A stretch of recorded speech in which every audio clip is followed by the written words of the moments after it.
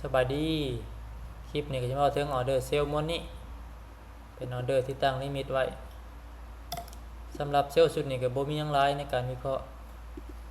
ก็สิมีเพียงแต่อินดิเคเตอร์ตัวเดียวนี้เป็นอินดิเคเตอร์ใช้ประจำก็คือ Pivot Retracement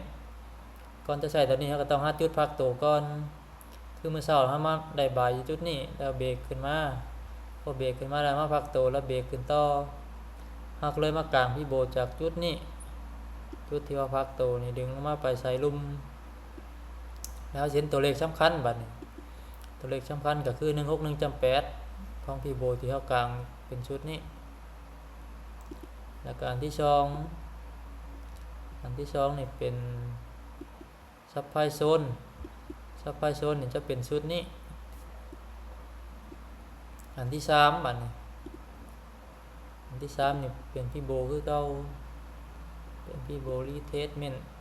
เราจะเลือกเป็นไทม์เฟรม30 นาทีหรือว่าเฮ็ด1ก็ได้แล้วจะมาเลือกกลางนี่กลางจากจุดเทิงสุดลงมาจุดลุ่มสุดเป็นจุดนี้เดี๋ยวเราจะเห็นตัวเลขสำคัญอีก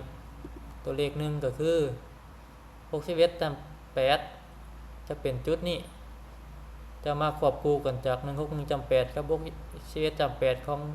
ไทม์เฟรมใหญ่บวกกับไทม์เฟรมน้อยนี้เราก็เลยมาเข้าเซลล์อยู่ในตัวเลขสำคัญมื้อนี้ออเดอร์ที่ปิดมื้อเช้าก็เราก็มาปิดอยู่161.8นี้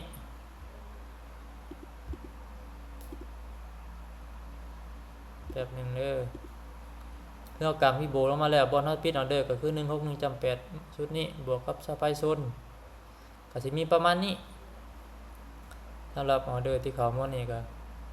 ถ้าว่าใครบ่เข้าใจหยังก็ทักมาถามตื่มทั้ง WhatsApp ก็ได้หรือว่าFacebook เฮาจะมีกลุ่ม